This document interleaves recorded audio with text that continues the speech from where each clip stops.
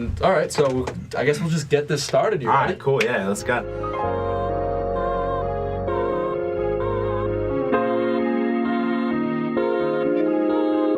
Welcome back to the Anything Goes with Jackson Neill podcast, local edition.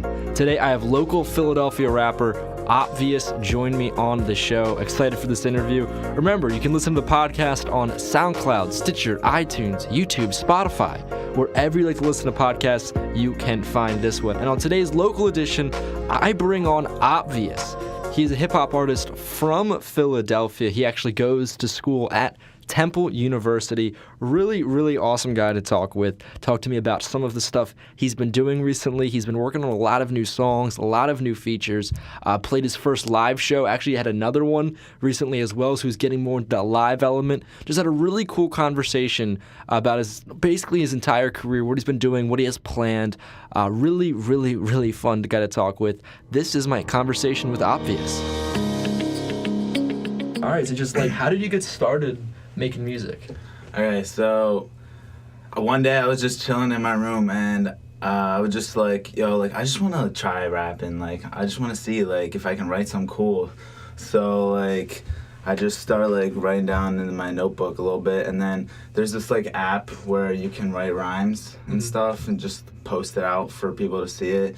So I just got this app and I was just writing all this stuff because I always loved poetry. So way young, when I was younger, I always wrote poetry. So one day I just decided to try it out, and I just kept doing it. I kept writing lyrics, and I'm like, yo, I can actually write something pretty cool. I've always loved to sing, so I decided let's give it a shot. That's pretty good. Was there so you said there was kind of a day you decided to try and make music?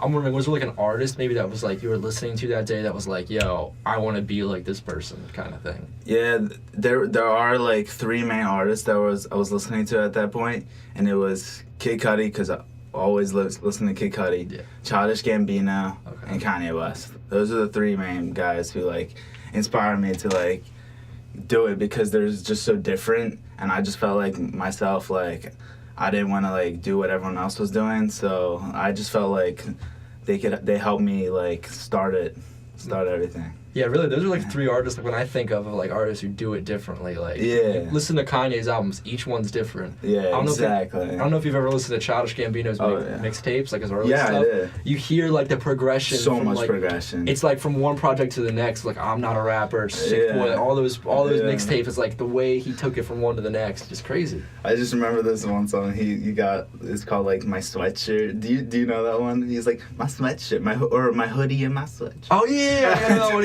Yeah. Dude, that one, that's great. He changed so much. If you were to listen to that song, I bet many people haven't heard that. Mm-hmm. It'd be insane. Exactly. Yeah, just something crazy. So, how old were you, I guess, when this happened? Okay, so this was the end of 2014. It was November. It was right around my birthday. And, I just started writing. This was senior year in high school. Okay. I started. Yeah, so... All right. That's when it all went down. And then I got FL Studio. I downloaded it legally. However you get it, man. Yeah. That's all important. I just wanted to try it out. So that year, 2015, in January, that's when I started just making beats. I'm yo, I love making beats. I love producing so much. So I was actually... I don't know. I was doing both so much. I was a producer and artist already at that point, or a writer, because I didn't put out anything yet. So you kind of started on the back end first, and just hey, if I'm writing all these lyrics, and I'm producing all these beats, why don't I just record it myself? Kind of thing. Exactly. I'm I didn't really want to use anyone else's beats, because there were some cool beats on YouTube and stuff, but I felt I could just make something completely different sounding. I just had a feeling I can make my own vibes completely different. So that's what it started. With your influence being Kanye West, I think there's not a better example than just someone who was able to create their own sound because they not only rapped but also produced their own stuff. Because sometimes it's hard to get that exactly right when you're talking to a producer. Even maybe through online. I want it to sound like this. Yeah. You can do it yourself.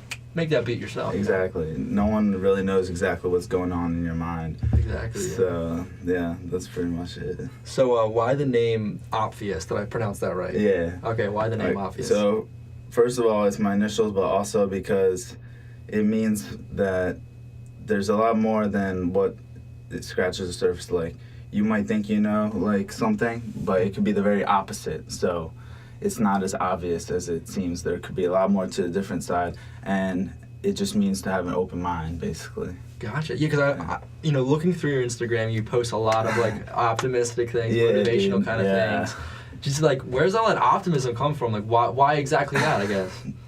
Why? Because I used to, in around like middle school, I was very pessimistic and I was very depressed. And I just didn't understand like anything. Like I was just so down on life. I didn't understand the purpose, and ever since I started getting into spirituality, and I just knew that I had to fix my mindset and live a better life. I couldn't stay pessimistic anymore, because that's just not a good quality of life to have. And I knew that I had to let other people know that they have to be optimistic as well, because it's all just in your mind. It's all perception. So if you yourself can just change those negative thoughts to positive thoughts, then you can just increase the way you live in so much. It's like easy. Like, it's just change your negative thought to a positive thought. I'm like, this is amazing. Like, why did I not do this before? Mm-hmm. So to be spiritual, I knew I had to be my best version. I knew I had to raise my frequency, because I did so much research, and I'm like, holy shit, like, this is can I curse? You can curse on this podcast, no problem. Yeah, I'm like, trust me, people have said way worse than what you just said. I'm like, the spirituality stuff is like so real, and it's like everything is energy. Why would I ever think like negative? It doesn't make any sense. Mm-hmm. So yeah, I mean, that's actually something I wrote down I wanted to touch on, because I noticed a lot of like, whether it's your cover art, even like the sound of some of your music, a lot of things, there's this spiritual undertone to a lot of your art. I just knew I had to let people know, like, that they have to get into spirituality, like, to be their best version of themselves, basically. So, like, were people, like, I'm trying to wonder, like, are your mom and dad, or, like, brothers, sisters, are they very kind of spiritual, or was it something that you just kind of found in your own? My dad, not so much very spiritual, but my mom is, kind of. She is more spiritual, but no one really got me into it. It was more like me and my best friend, Bismarck, he also raps. We listened to like the underachievers, like Joey Badass, and we were like, whoa, like they got some like really cool stuff they're talking about. Let's like search this up. And like it just snowballed. Like we would always be searching up like spiritual stuff. So it was mostly just me and Bismarck. Gotcha. It's amazing how you can just hear something, whether in music or whatever, and you just go down this rabbit hole. Exactly. And you learn so much. Exactly. That's such a cool thing. Yeah, that's what I'm trying to do with my music. I want to like put out little hints, like little words here and there, like, and meanings, so people can be like, oh, what's this, like, let me look into that a little bit more, and then just go into this rabbit hole. And it's like, if you can do that, if someone does that, it's like, then I feel happy, I feel satisfied, and I help someone. Yeah, exactly. Made impact. It's all about the impact. Exactly. Yeah, I mean, like, anyone listening out there, I'll have the link to this down in the description, but visit Opvious's Instagram, because you will be motivated every single day, because that's how it's like. Have you ever read Gucci Mane's Twitter? No. You should look at his Twitter, because like every once in a while he'll post up, get up and get the bag today, or go up and make something happen. And it's like, I almost like feel that with your Instagram, where every day I'm looking at it and like, oh, what, you know what, I'll be sitting there on the couch like doing nothing. It's like, oh, I see one of your posts, I gotta do something now. I gotta be positive. I gotta get up and do some push-ups or something. Thank you so much. I appreciate that, man. Exactly. That's the goal, man. That's the goal. So let me just, so you talked about Childish Gambino, Kanye West, Kid Cudi. Uh-huh. Wondering, were those like your first hip hop influences? Is there any other kind of musical influences besides the hip hop, maybe? Besides hip hop, yeah, totally. Okay. When I first really got into music was actually in seventh 6th into 7th grade. I was heavy into metal. Like I was Okay. all about metal and screamo and all that stuff. So one of my favorite bands was Metallica and Godsmack. Yeah, just a bunch of metal bands basically, like Avenged Sevenfold. I just loved all the melodies and stuff. So that's really where it started. Okay, I can see. Yeah. Okay, I mean, I A guess. lot of rock and metal lot- influence. Yeah. Was like your parents into that? Like, what got you into metal? I guess that's because that's a very different genre. I feel like. You know, my dad is really into metal. Okay, there and you go. Metallica and all that. So I guess that's where it all started. Okay. I don't know. It's hard to like think about like where I got this metal influence from. Mm-hmm.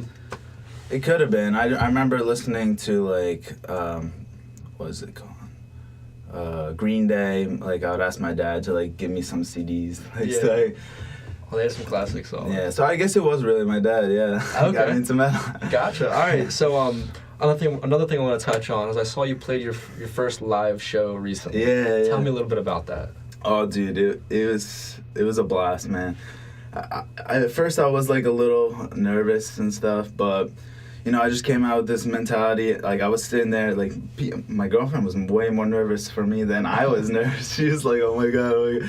And I'm just like, you know, I'm doing the show for you guys because my friends all came, and like other people, if they like it, cool. If they don't, then whatever, man. Because I got my people right here, so I'm happy because they love my music. So I told confidence booster helped me really just get up there and not be so nervous. But you know, when the first song started, I was a little nervous because like, you know, at first I'm like, aren't I supposed to hold the mic? Because it was just there, and I'm like, all right, I got to keep it here. Okay, it just like threw me off a little. Yeah. And also it gave me a little like nervousness. But once I like really started rapping, like towards the end of the verse, I was like, all right, I got this, man. This is easy. Like, Yeah, you gotta get into that mindset first, though. Yeah. yeah, exactly. And then like I know my lyrics, so.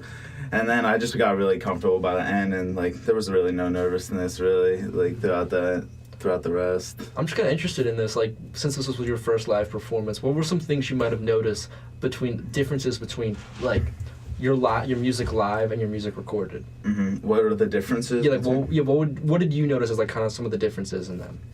What are some of the differences? I mean, obviously it sounds a lot more raw.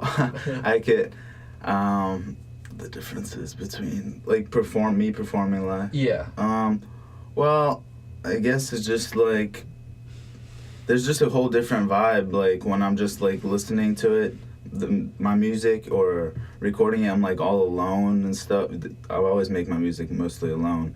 So it's like to perform this in front of other people is just a crazy experience for me because it's like, wow, like I'm actually rapping this, singing this in front of all these people. Like it's just completely new to me, foreign. It's like you finally got to get that appreciation, that like almost see how other people respond to your music. Because if you're always doing it alone, it's like, you might be thinking like, oh, I think it sounds good, but what if I'm being crazy? It's my 13th time hearing the song. Yeah, and like to hear some people like singing along, it's like that's so cool. It's like they vibing with it.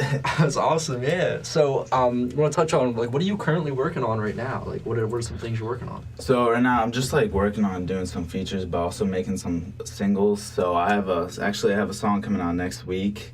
And I'm really focusing hard on my next project, Into the Flames. Okay. Yeah, I've been going really hard, but I'm trying to get a new mic currently. So, and then I'm trying to save up money. Because I actually use the same mic as you. Oh, really? Yeah, I use the same mic. It's a pretty solid one. I mean, it's lasted for a lot of interviews, and stuff. But it's a great mic. Yeah, it is a really good mic, the Blue Yeti we're talking about. Yeah, exactly. That's a go-to.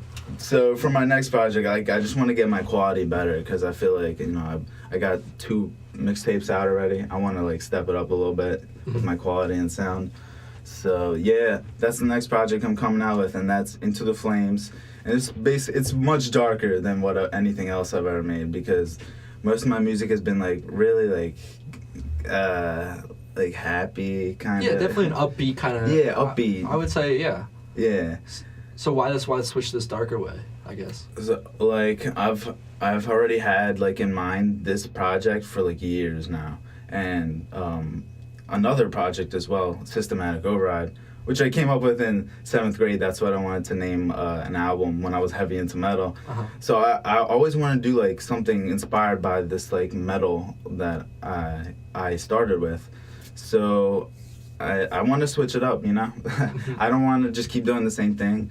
But I'm going to keep making, like, similar songs to what I'm doing now, but I want to, like, mix it up. I want to show people this, like, really rap inside of me. Like, I want to really, like, go hard and show people, like, I can spit on, like, a banger track, you know what I mean? But still have, like, the spiritual elements. Yeah. Let people know. It's going to be, like, about people facing their inner demons, not just, like, not personal stories from me, but like from other people as well, like their influences, and how we all go through these inner demons, basically how we have to face them on a day-to-day basis and how we overcome them. And I want to like explain my lessons basically from all this like negativity and stuff. So I guess this project is going to be something along the lines of addressing that there is negativity, but maybe how to overcome that with this positive and spiritual thinking you preach. Exactly. That's exactly it. Yeah. Okay. That sounds like a good idea. So on this project, you say you make a lot of, you do a lot of things yourself. Is there going to be some collaboration on this upcoming? Yeah, there is going to be some collaboration. Bismarck, obviously, he's going to be on it because he hasn't been on my other projects, but he's my best friend, so I gotta have him on it because he just goes ham on the dark beats. Nobody like him, and he's got all the spiritual music too, so he's gonna be on it. I actually have Kyle Bent on it, my boy Jay Cliffs, another best friend of mine. And I don't know who else exactly. We'll see. But you're gonna have some features on there. You're gonna have some other people. Yeah. Kind of switch things up a little bit. Exactly, because I never really.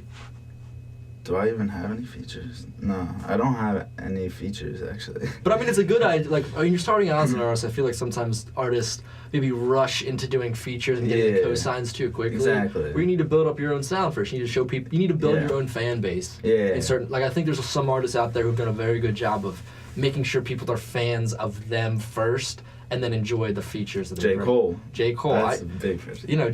J. Cole. You think of somebody like Logic through his mixtapes. Yeah. There's a lot of even somebody more recent, Kyle. Through his output of mixtape after mixtape, was able to garner a core fan base that loves the artist for who the artist is, and not because they have the latest hot guy on their track. Exactly.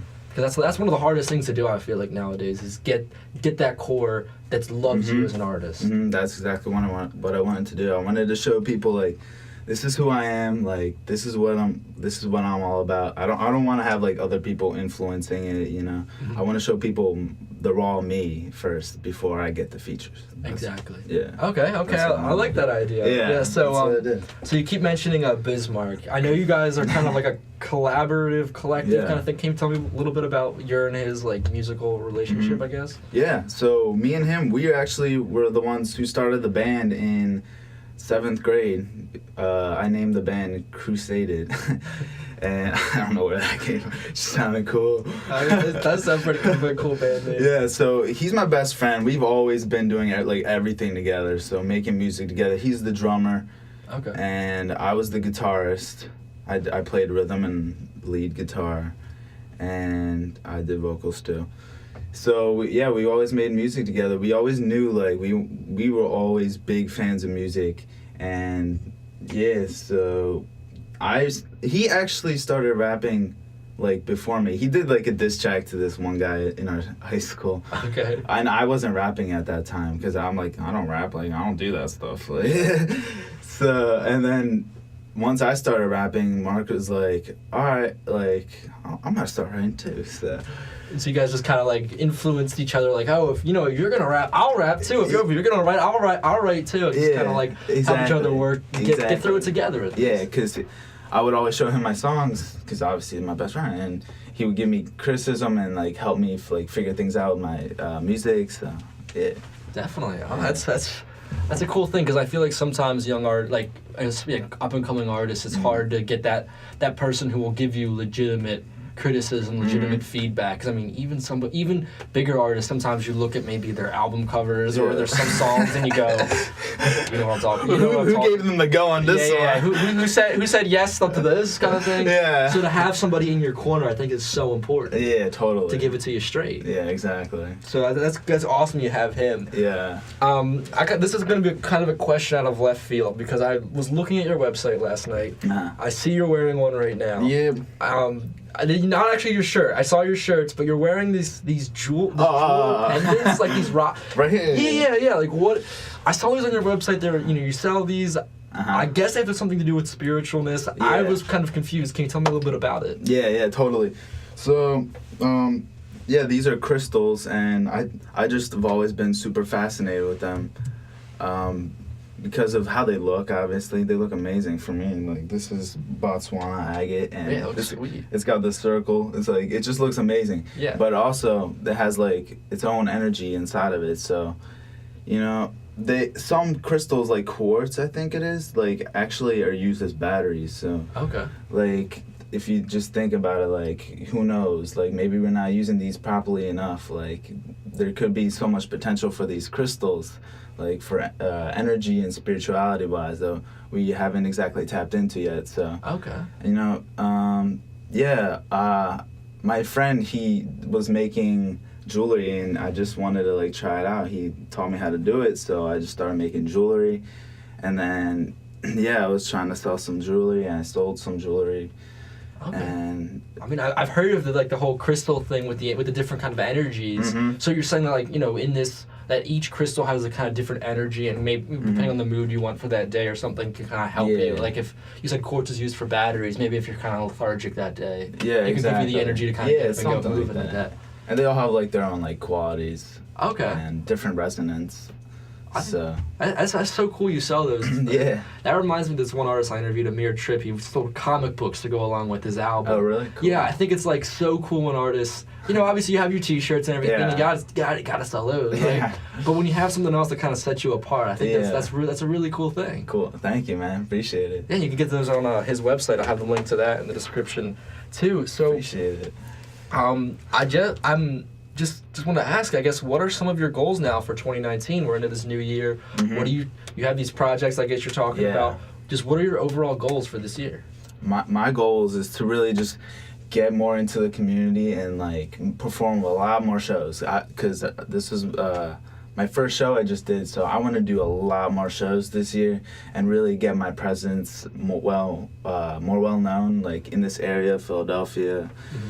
So, and definitely getting out into the flames and getting a lot more singles out there to show, like, how much I've progressed, because from my 2 projects that I have right now, like, I feel like I've progressed so much, like, way beyond that. Like, and I feel like it's noticeable in the remixes that I've done, but, like, I want to put out way more of my own new songs and projects. Definitely. Getting in front of people live, that's so important nowadays, because when you perform live, you develop that connection with an audience, and it's exactly. like, there's hundreds of thousands, millions of songs on SoundCloud nowadays. What sets you apart from every single one of those other artists? And that's getting in front of someone live, Yeah, and you can go ahead, I just want to have, like, amazing shows, and it's just the best feeling, honestly. After I did that show, I'm like, why have I not done this before? I'm like, I haven't felt so good. Like, this is amazing. Like, totally. That's you always hear artists talk about the live shows as being some of their favorite parts. So you got this project Into the Flames, more live shows, tons more stuff coming for you in 2019. I'm excited, man. Me too, bro. I'm so pumped. Thank you for doing this. Yeah, thank you for having me, man. I really appreciate it, man. Yeah, totally. It's been a blast. Again, a big thank you goes out to Opvious for coming on and doing this podcast, local Philadelphia area musician. Remember, go out and check all of his stuff out down in the description. I don't care what platform you're on, YouTube, Spotify, SoundCloud, Stitcher, iTunes, any one of those. Go down the description on this podcast and you will find his stuff. And definitely check out its Instagram. I highly recommend that. I follow it almost almost twice a day, it seems like. He's posting something that motivates me, that gets me up and gets me going throughout my day. I definitely recommend that to you guys. So a big thank you to Opvious, and check out all of his stuff. that will wrap it up for this edition of the Anything Goes with Jackson Neill podcast, local edition. Remember, if you guys like this podcast, subscribe to it on your favorite platform. I know I mention it tons of times each episode, but wherever you like to listen to podcasts, you can find this one.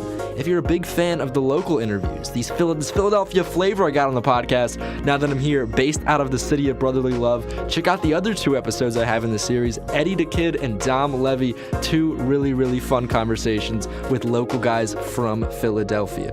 Also, in the same podcast feed, the Jackson Neill Sports and Music Podcast. I publish those throughout the week with cool interviews with different sports, music writers, podcasters, radio personalities, TV personalities, just talking about sports and music. So check those out as well. Also, down in the description are my Twitter and Instagram at JacksonNeill20. So go down there, give myself a follow. I post bonus content. I post links to everything I published, all that great stuff. So follow me on Twitter and Instagram at JacksonNeill20. Thank you so much for listening. I'll see you all next time.